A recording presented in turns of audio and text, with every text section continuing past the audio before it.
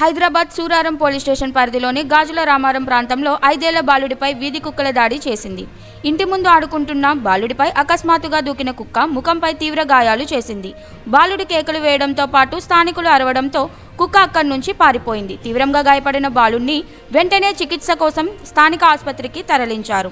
ఈ ఘటనపై గాజుల రామారం సర్కిల్ అధికారులకు సమాచారం ఇచ్చినా ఇప్పటి వరకు ఎలాంటి స్పందన లేదంటూ స్థానికులు తీవ్ర ఆగ్రహం వ్యక్తం చేస్తున్నారు.